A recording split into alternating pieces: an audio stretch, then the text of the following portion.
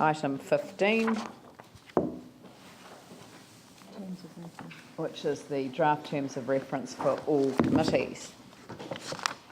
And I'll move the draft terms of reference for all committees. So I have a seconder, Tim Scandrett.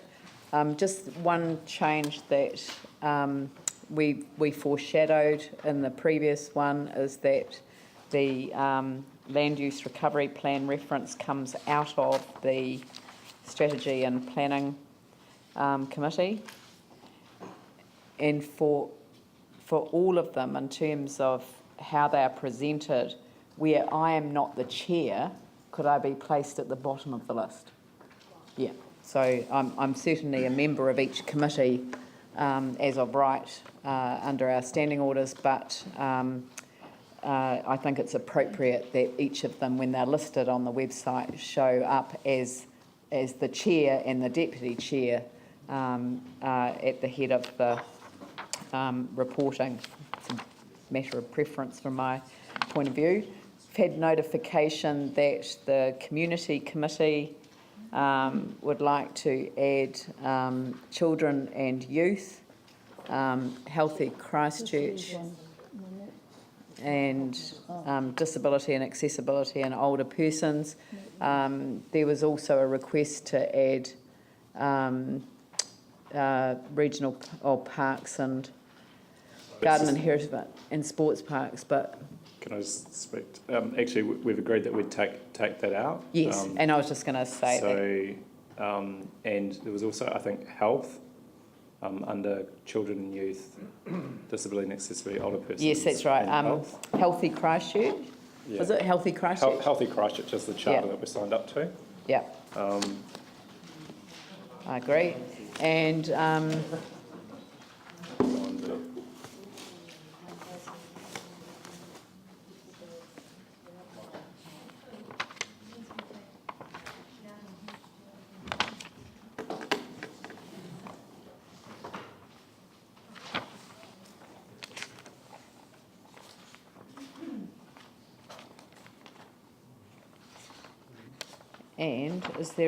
are there any other changes? Yes. Glenn Livingston, we've got. Yes, they've been put through to the staff there in relation to the housing committee.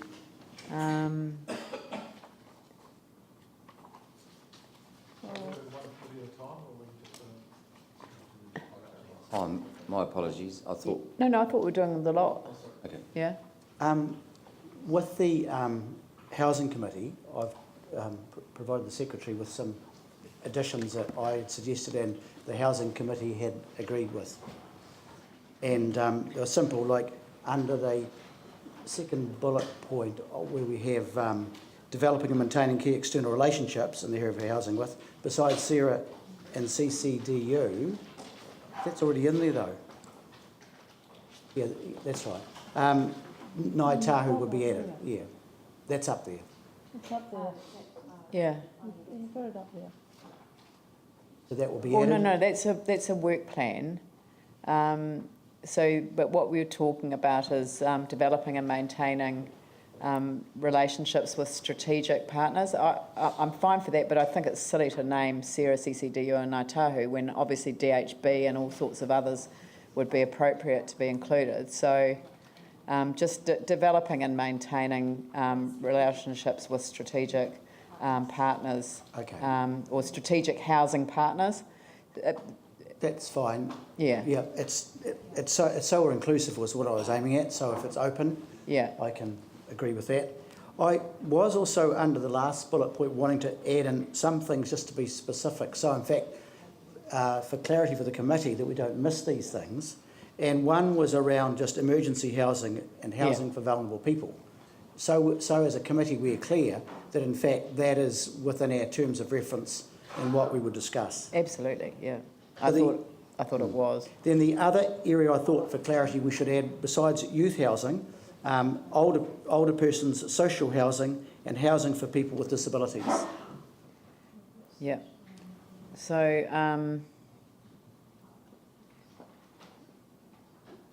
I think, how about putting,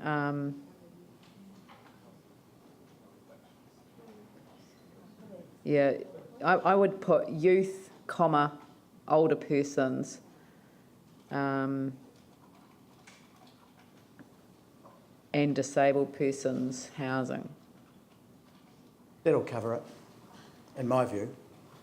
I'm happy to be simple. Eh? Okay. Well, I mean, it's, you've got emergency housing and, It's look, I'm happy to speak. Where I'm coming from, councillors, is that when we have a committee and a new committee, say, it's good to be clear. And I think our earlier discussion this morning, distinguishing between affordable housing and social housing, gave us some clarity. And I think for the terms of reference, my suggestion is that we incorporate these distinctions. Yeah, but today's, I didn't get any clarity on what affordable housing was. No, it hasn't been defined. Sounds good, but what is it? I think if I may speak also... It's your this- committee, so I'm cool. Yeah, this serves to make explicit some of the now acknowledged streams within housing, such as youth housing. So yes, we could just say housing, but actually I think it's important to acknowledge some of the contemporary social issues which especially are now giving rise in Christchurch. There's been plenty of... I just wonder why don't you keep it broader? Because what I see time and time again is that so often we try and cover off absolutely everything, and as a direct result of that, nothing ends up happening because you try and please anyone. Middle-aged bachelors are missing there, but why don't you just say housing? It just covers everyone. It's just simple, easy. The problem is we could do that, but you could get caught by assumptions over that, and I still think it's important. We have real issues now over homelessness, emergency housing, youth, older persons. So I do take your point, but I think given Christchurch's situation at the moment... hang on, I'm just confused now. We've got developing and prioritising a work plan for the 2013. That's from there. Oh, so we're not adding homelessness, we're adding emergency housing and housing for vulnerable people.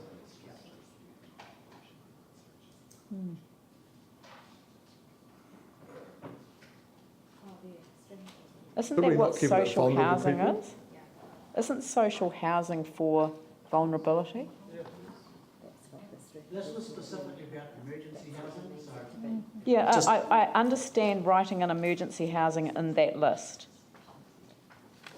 I think Glenn means it to go under strategies to... But doesn't vulnerable housing cover all of that? Because it's relevant of whether you have a disability or whether you're a single mum or whatever, you're in a vulnerable position and therefore you need housing. Would that not cover it all rather than defining whether you have a disability of whatever sort? So, okay, can we just have strategies to address homelessness, including emergency housing? Does that address it, or does that, or do you want just a separate bullet point that says? The concept is fine. So we'll just have emergency housing as a separate line under it. I just don't know what housing for vulnerable people is other than social housing.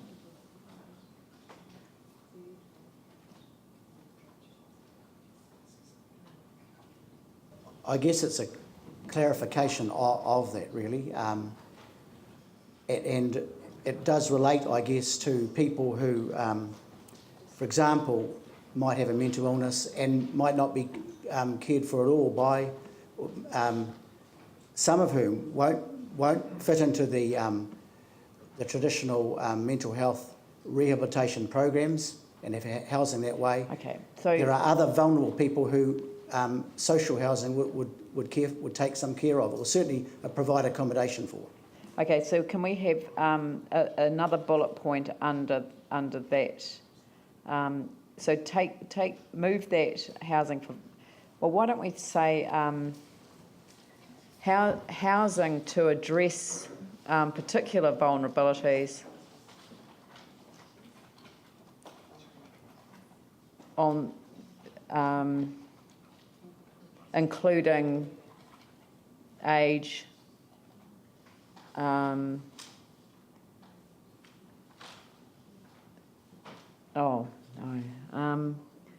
just housing to address particular vulnerabilities is as broad as you need it. You really don't need to spell it out, do you? Does that? We don't need youth, older persons and disabled people's housing because that's everyone.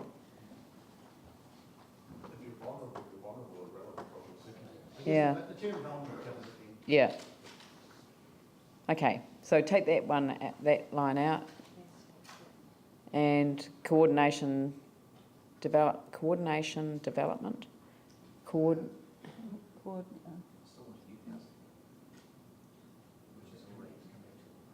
That aspect, coordination, it's particularly because there is a desire to have a plan for housing for Christchurch, given the enormity of the situation, and while there are pieces of plans held by the various agencies, there's a strong desire to actually have them put together, and it's simply that council and this housing committee would help coordinate the development of that and in effect lead it.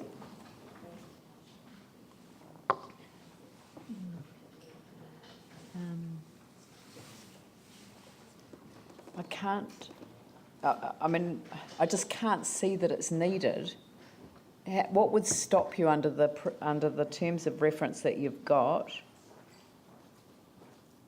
Developing and prioritising a work plan for the 2013 to 16 term of council, considering, why don't we have the first bullet point as housing needs across the city?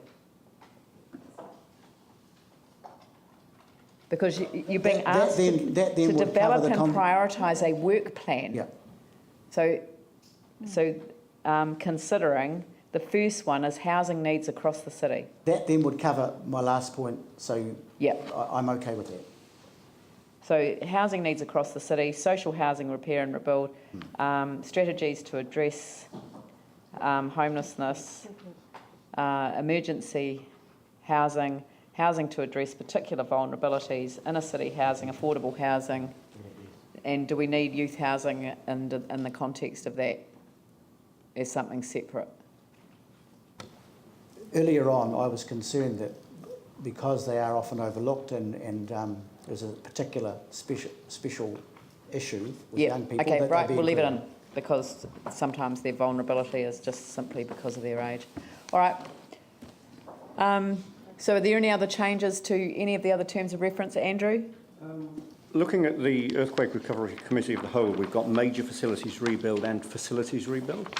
Facilities rebuild is work that's generally been considered by the Community Committee. Is it our intention to move that from the Community Committee to the Earthquake Recovery Committee? I hadn't seen it. Sorry,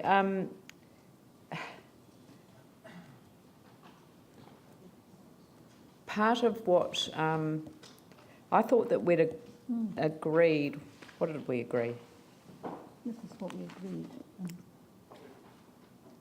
Andrew's questioning it. You're questioning that the facilities rebuild. Yeah. Facilities rebuild has been in the Community Committee and major facilities has been with Earthquake Recovery Committee of the whole. Yeah. We've now got both facilities rebuilds, major and just the regular facilities rebuild in Recovery Committee of the whole and not in Community Committee. Whereas Community Committee has already been doing that work. Yeah, the community facilities remain in the Right. community committee because of the insurance, because of the overarching issues, all of those concerns. The idea was to bring them into the Earthquake Recovery Committee so that we've got an oversight of the whole city. I mean, I have to say that decisions that we are being asked to make on the back of a report from one committee when we haven't all had access to that in-depth discussion, I think was highlighted today. I think we have to take hold of this and own it as a whole committee, as a whole council. Yeah. It's not what my recollection of what we agreed. What we agreed was that the major facilities and the heritage facilities should go into the committee of the whole.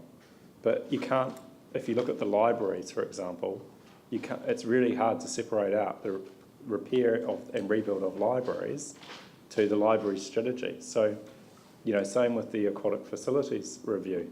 So it has to fit together. And I thought we were pretty clear that we would put the major ones into the committee of the whole, because that's where the really big decisions are being made. And this was agreed at the committee of the whole that this change would be made. So I don't understand why it's now it's not being incorporated. Oh, it must be. Yeah. Sorry, I may not have been at the committee of the whole, so I apologise if I've missed that. Yep. I just wanted to endorse what Yanni said, and just with regards to what happened earlier and the suggestion that that might be a reason why it needs to go into committee of the whole, can I suggest that maybe, we've got to be really careful that we don't micromanage stuff at the committee of the whole level when these sorts of things at the community facility rebuild can be managed at a committee level. And I think that the distinction between major facility rebuild and community facility rebuild would address that. Otherwise, it does become too fragmented. I totally endorse what Yanni said.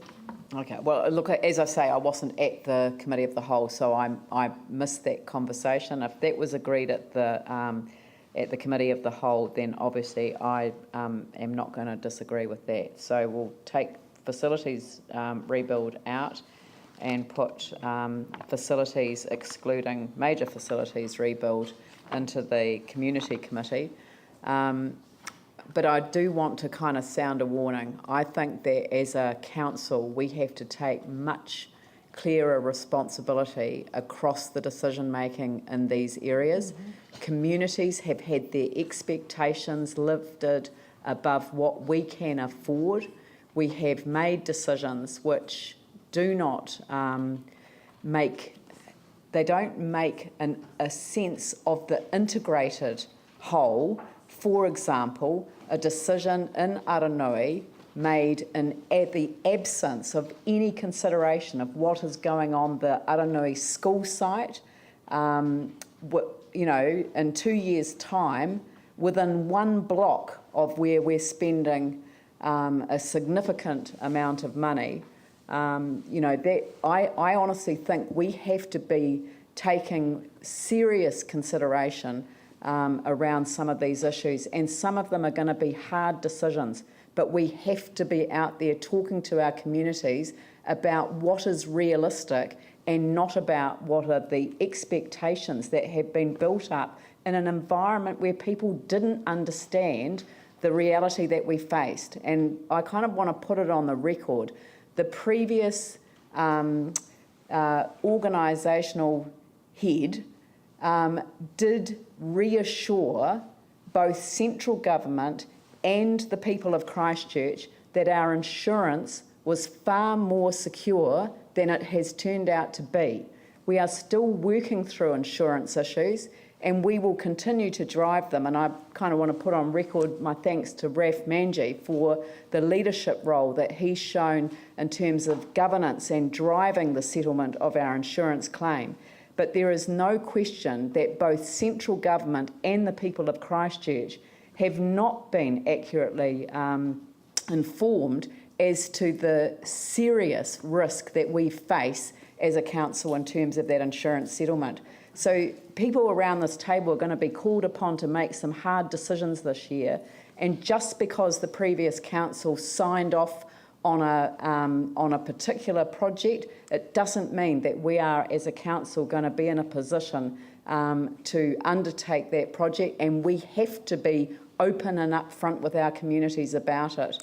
And I think that we are going to have to think seriously about some of the commitments the previous council made. And I'll put another one on the table as well, and that is the $30 million that has been allocated to the Eastern Sport and Rec Centre. There is an expectation that that is money that has come from QE2 Park. That isn't the case from what I can assess in terms of what we've now been able to look at, it looks as if the allocation of the entire insurance proceeds from QE2 Park is being allocated to the Metro Sports facility along with the Centennial Pool.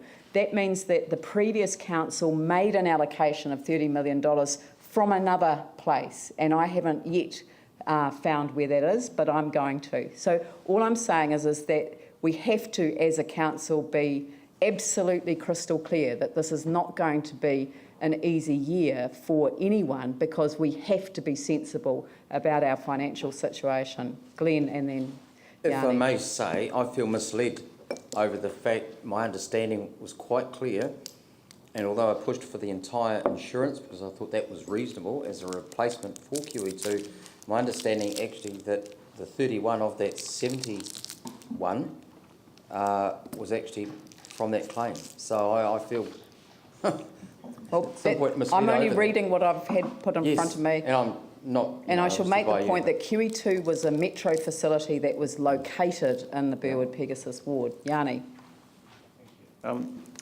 I understand what you're saying, and that's why the committee's been really keen to focus on a strategic review of things like the aquatic facilities strategy, of things like the library strategy, because we do need to look at post-earthquake what has happened and have a conversation with our community about where the priorities are. That unfortunately didn't happen last term of council, despite some of us trying for those things to be public processes. Because if you work with the community and help them understand the issues you face, I think you do get people may not like the decision that you're making, but at least they can understand why you've done the things you have. Yep. The flip side, though, is that if we wait to do all that work, then we wouldn't have anything happening. And so, I don't think it's an option just to stop rebuilding community facilities, to stop repairing local swimming pools, to stop replacing local libraries in the meantime, because we're 3 years on and having no progress because of the insurance difficulties is something that, it's just, I don't think would be fair to our local communities. We're talking about, children that are growing up and are missing out on a huge benefit of these facilities if we do nothing now and wait for another 5 years to get insurance resolution. So, I think we have to be pragmatic. I think we do have to look at our priorities again, and the Community Committee has certainly signalled that we do want a workshop with all the councillors to sit down and look at the whole work programme.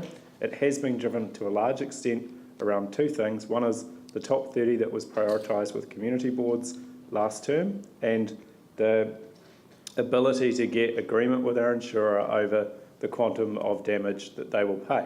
And that is largely outside of our control, although I do appreciate we're now doing things better and hopefully getting a quicker outcome. But it has been incredibly frustrating for everyone involved, including local communities. So, I think there also needs to be a tie-up to the long-term plan that we're going on. And so I think this year will be the year of doing that really hard work around our strategic priorities and putting in place the budgets accordingly. Yeah. What's happened previously is that the cost share was done in isolation of the 3-year plan. The community have made numerous submissions to 5 different processes, really unclear about who's actually making the decision. If you take Centennial Pool, it's a really good example. Yep. One clear process to work through with our community about what we're doing and then budget accordingly, I think is the appropriate way to go. Oh, look, I couldn't agree more, and I think that in a way it's what has been absent from the process has been a joined up approach across everything that's going on. So the Aranui decision being made absent any reference to what's happening with the school. So yeah, but this is what we need to do, and we need to take control of this as a council, and we have to be in a position to go out and talk sensibly to our communities about what is realistic. And I totally agree with Yanni, and that is that our communities are very up for a conversation about what priorities are meant to be, given that they are given the facts of the situation. People are prepared to face the reality as long as they know that they can rely on the information that they receive. David and then Ali. Thank you. Look, I just want to take up on the point you raised a moment ago about metropolitan facilities being in the east. My concern really is not so much the flow on of where money is spent, but more the concern of the information that we've received. And I can quite categorically state that everyone in my ward is firmly under the belief, as was I, that the 30.1 million that is supposedly allocated to an Eastern Suburbs Sport and Recreation Fund was a share or a portion of the QE2 insurance monies. If this is not the case, and as you rightly have indicated before, the expectations of our community have been lifted somewhat highly, and now if we are to be informed or told that this money has come from another source and could arbitrarily be shifted elsewhere, there's going to be a large number of people in the eastern suburbs who will be hugely deflated with this sort of news. So my concern really is, at this stage, is the quality of information that we are receiving on these matters. And if this is true, that this funding source for the Eastern Suburbs Sport and Recreation has come from sources other than insurance money, that to me is hugely concerning. Yeah, I mean, I don't know where the money's coming from. I'm simply referring to page 66 of today's agenda, where I noted that the Metro Sport facility includes the Centennial Pool earthquake costs, and it includes the reference to the insured value and the payment received on claims in relation to QE2 Stadium. So that says to me that the money from QE2 is being allocated to the Metro Sport facility.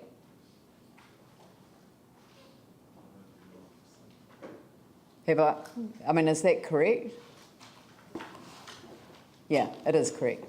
So, I mean, it highlighted for me a problem, and that is that the information that is in the public arena isn't perfect. I was surprised when I read that this morning. I assumed that others had as well. So, And the former CEO, I must say, was never upfront about that. All he said to me at the time when I challenged him, he said the council can do what it wants with its insurance. He never said the whole lot was going to the Metro.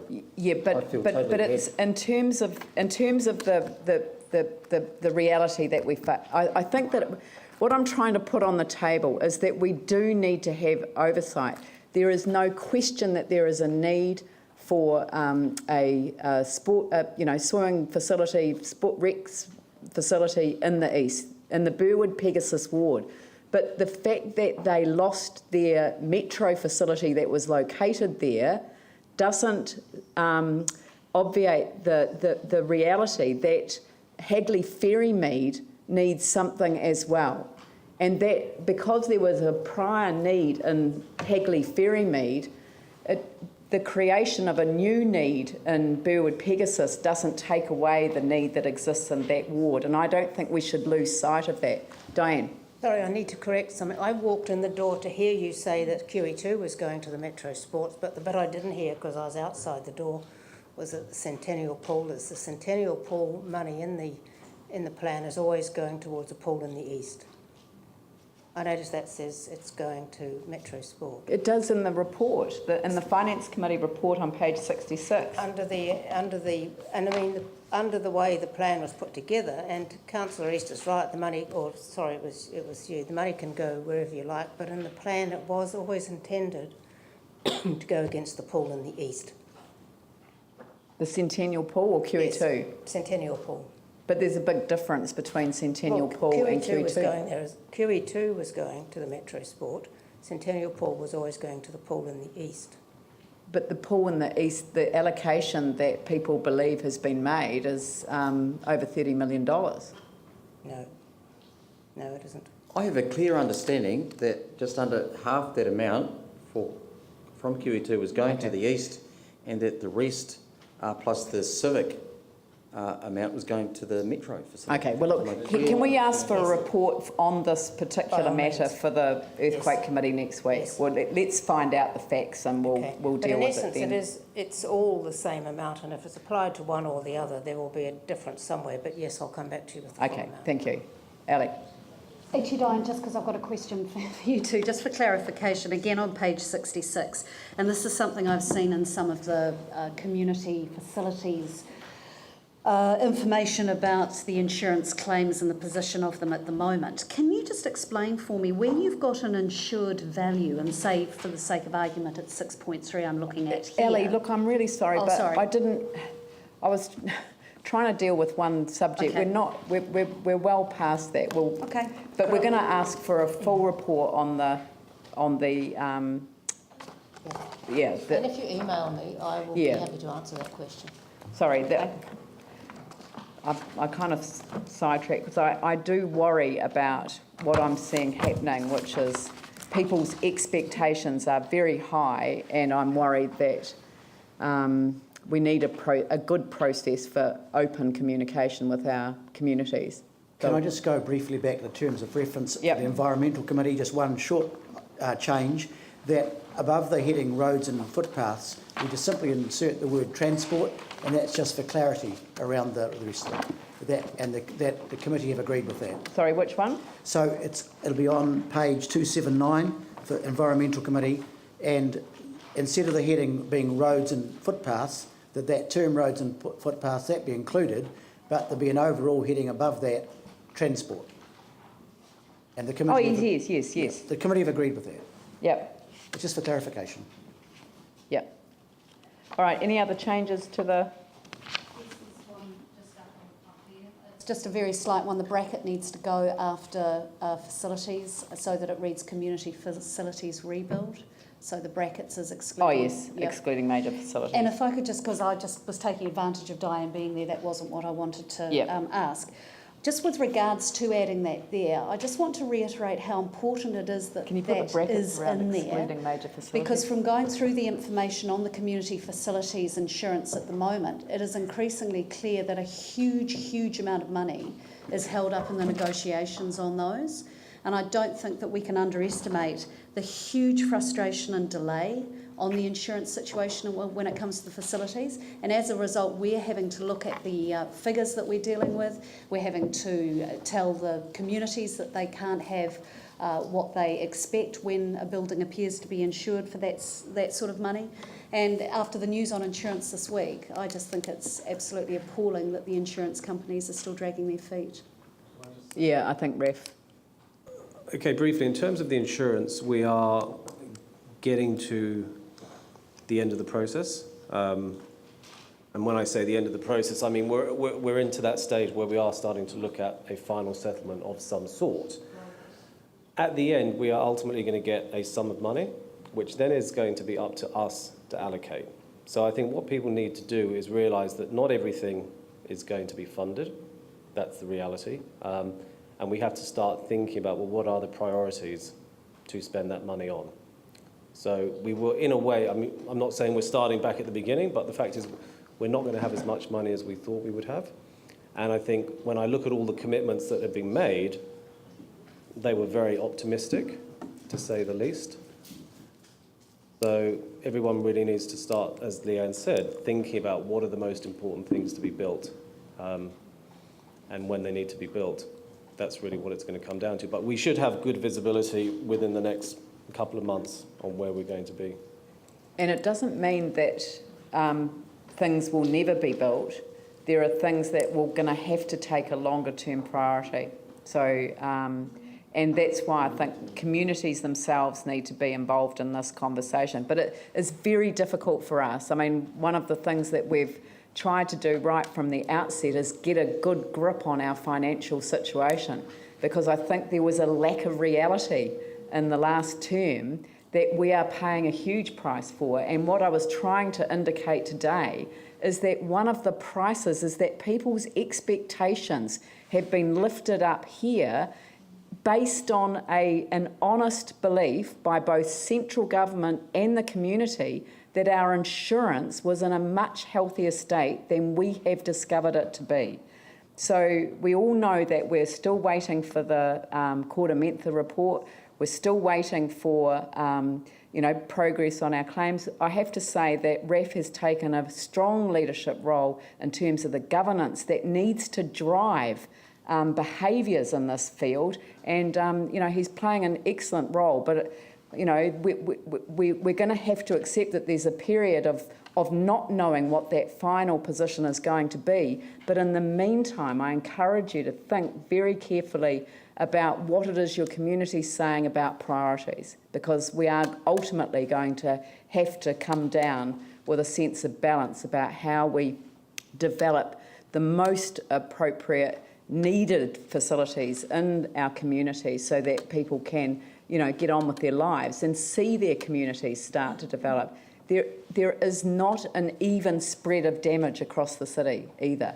And we've got new suburbs that are being developed, and at the same time we're facing the threat of development contributions not being available for some of our sort of core facilities like libraries. And Paul Lonsdale and I appeared in front of the local government select committee in Wellington yesterday and made a plea on behalf of our council area and the greater Christchurch area that there not be that restriction on development contributions, because there is so much greenfield development going on down here, something we couldn't possibly have planned for prior to the earthquake. So cutting off a source of funding and then allocating that fund, the cost of it across the most damaged areas of town, is going to strike people as particularly unfair.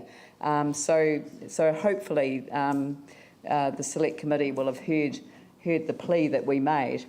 So if there's no other changes to the terms of reference, I'll put the motion subject to the amendments that we have there. All those in favour say aye. Those opposed say no. That's carried. And then we move